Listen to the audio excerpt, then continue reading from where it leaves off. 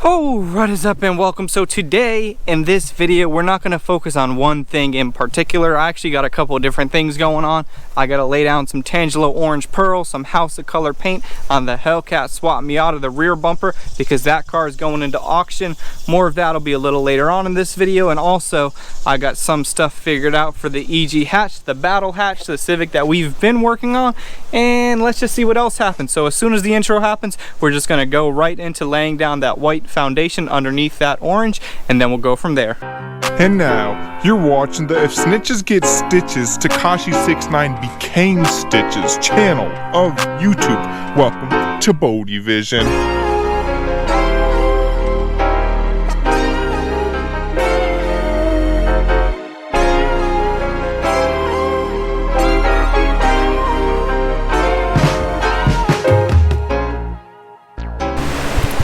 So as you can see over here, the white looks pretty good. Now I know a lot of times when I do these little clips, I turn my fans off over here, but with all the love bugs and everything, I just want to make sure nothing's coming in, so they're gonna stay on. So with the white right here, this is just a sealer, and again, House of Color everything. And with the sealer, I actually reduced it a little bit more than it recommended because there's a primer underneath, so I don't want it to act like a filler. I want it to act like a sealer, meaning it needs to be nice and thin. I don't want it to be high build, because that high build is not necessary because it was already primed underneath. And also, as I was sealing, I got a little dust speck right there, and then afterwards I let it dry for about 30 minutes, and then I just came back with some 600, got that little dust speck out, and we are looking really good. We are looking ready for base coat. Now this is the same thing that I did with the Miata, Tangelo orange pearl. So I'm gonna go ahead and get that mixed up, and then we're gonna go for the orange and then just go right into that clear coat. Hopefully it turns out.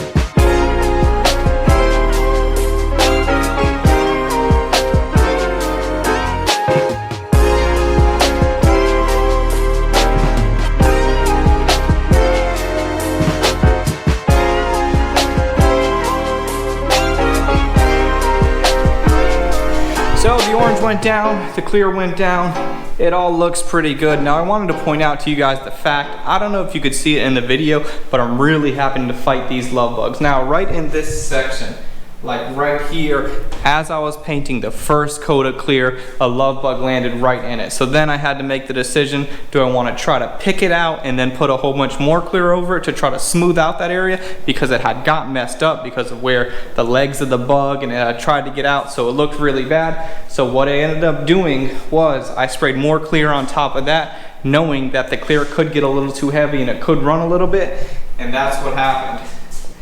One run right there. Now that doesn't look good, but the thing is, and the reason why I made that decision, is because that can be wet sanded down and get it out completely, well, almost completely. It still kind of might look a little bit weird, but it's gonna look a whole lot better than if a bug was in there. And the fact that I had a bug land on it on the first coat, I just did that first coat really thick. Here's how it looks. I mean, it looks good, don't get me wrong. Really crazy, pretty cool color. Everything looks nice. That Tangelo, the pearls really dance. It looks exactly how the Miata looked. So I'm happy with that. And there's where it was really messed up in that area. So it does look good. And then after I was done with my first coat and I was fighting all those bugs, I said, you know what? If it looks halfway decent now and it's good enough right now. Now I know in the last video I said good enough isn't good enough, but you have to draw the line. Man. Get out of here. Anyways, I had to draw the line where I thought it was going to be the best result in the end. And the best result in the end was, if I don't have any bugs in it now, let me just stop. So what I did is I stood here for a while, made sure no love bugs were getting in the paint, and that's what happened. The results were just fine. And like I said at the beginning of this video, this car is going to Barrett-Jackson in Las Vegas. It's actually going to be auctioned off October 3rd. I believe that's this coming Wednesday. I'll put the info in the description below, the link for the Barrett-Jackson listing. And it's pretty crazy that a car that we had something to do with is going to Barrett-Jackson. That's really cool. So let's see where else this video goes. Bumper looks good. Let me know what you think.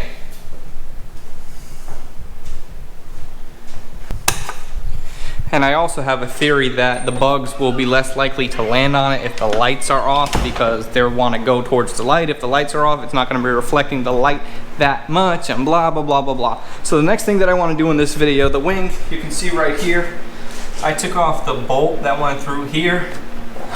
See, it just goes right there. And then there's one over here. And then there's these bolts up there, this one and this one. And those actually have a nylon lock nut on it from the kit. That's just how it came. So that's relatively tight. And then we can just go like this, lift this up, fold that over.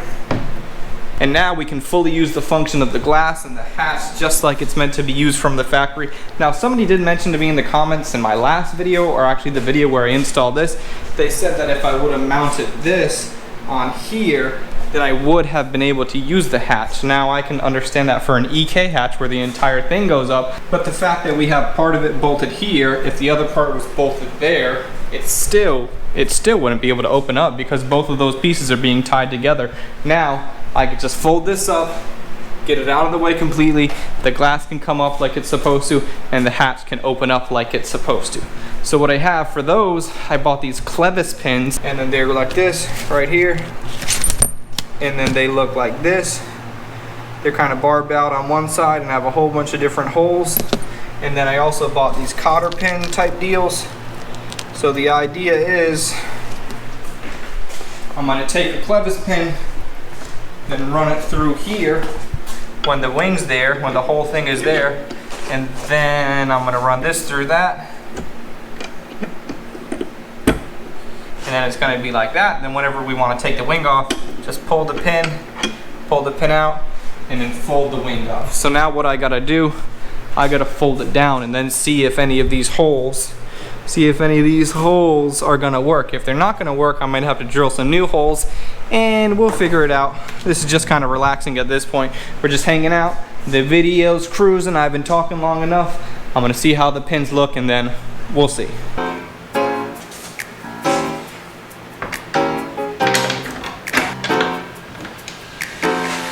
So the thing is, when I was buying those clevis pins, or clevis pins, whatever you call them, I had to make sure they were the proper size to go through here.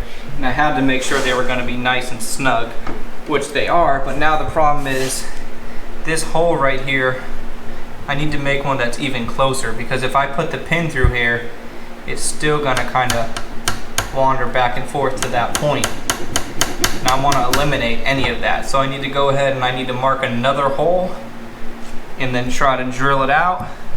And then the excess, I'm gonna want to cut that off as well. And I'll show you a pretty cool, pretty neat trick on how to cut something like that really neatly.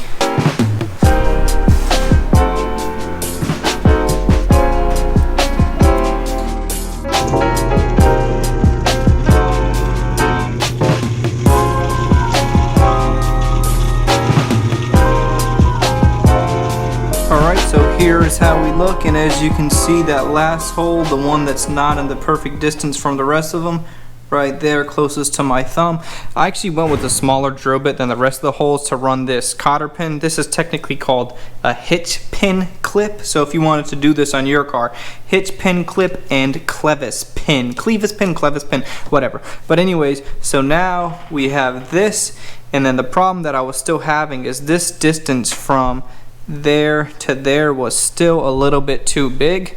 So what I ended up doing, and what I'm really happy with the way that it looks, because that looks proper anyways, is I just put a washer right there.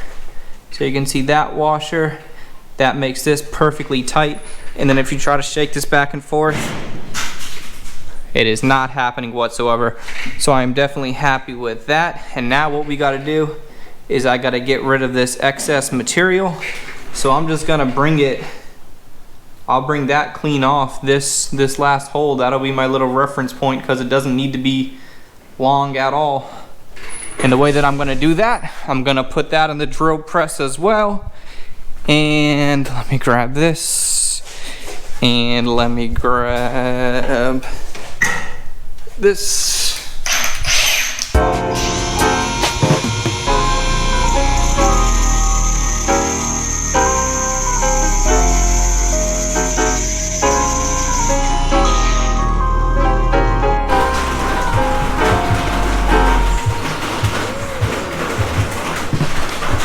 So that's how they look after I clean them up a little bit. Now putting them in the drill press, I was hoping that it would cut it a lot cleaner than it did. And it's starting to rain. I was hoping that it would cut it a lot cleaner than it did, but unfortunately it looked a little funny. So what I ended up doing is I just cleaned them up a little bit with the flap disc. It's crazy, it's not even raining and it sounds, I think it's just the dripping right over there. The dripping on the roof is louder than the rain. So what I'm gonna do, since it's raining and since you can't hear me and since it's probably annoying, and the next logical step would be to throw them on the car and see how they look.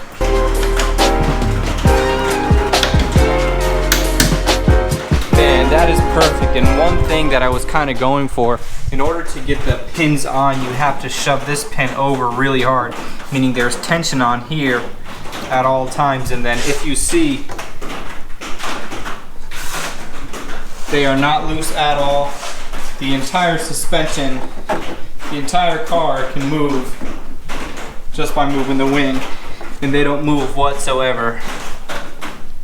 So now it's a quick release system. You don't need any tools whatsoever. You want to pop the trunk open, just pull out the tabs, the entire wing will come up, and that solves one of the problems that was within the wing. The other problem is you might not like it, but I don't know what to tell you. That's what the owner wanted to do, so that's what we're doing. Again, I like it for the entire theme of the build. I don't like the wing by itself, but the wing with the side skirts, the wing with the fender, the wing with the entire big picture, I am a huge fan of that, and you can't take that from the build, that it's going to be focused on something. So the next thing that I want to do, I know a lot of people were complaining about the whole hot boy diffuser, the diffuser of the hot boys, I don't even know what you call that. I don't even know if you call that a diffuser, but it lets the air come out. So what I'm gonna do next, you see right here, nice blue, uncut. It doesn't match, but the whole car is gonna get painted anyway, so I'm gonna go ahead and throw that on there to get rid of the hot boy holes.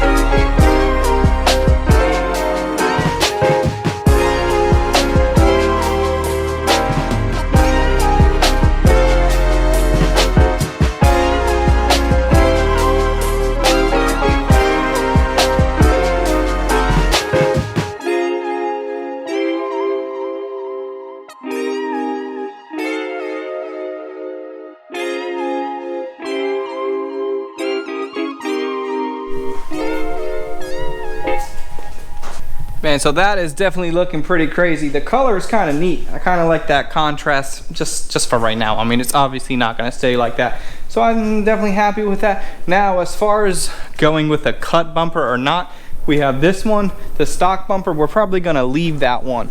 The one with the hot boy holes. Maybe, just maybe we'll do some kind of cut. I gotta talk with the owner about that, so that'll be coming up soon. Now this video, since it has been a whole bunch of miscellaneous stuff, we might as well keep that going. And actually it is the next day now, but as far as what I did today, I just had some loose ends I had to clean up. I kind of did a couple of the other small projects. I worked on a different car, newer Civic, and just put some canards on there, just kind of relaxing, hanging out. Also, the Miata back bumper got picked up, so everything was all good with that. I'm over here running circles around the car because it's at the end of the day, so I am about to head out of here. But as far as progress for the car, progress for this video, I'm definitely happy with these pins.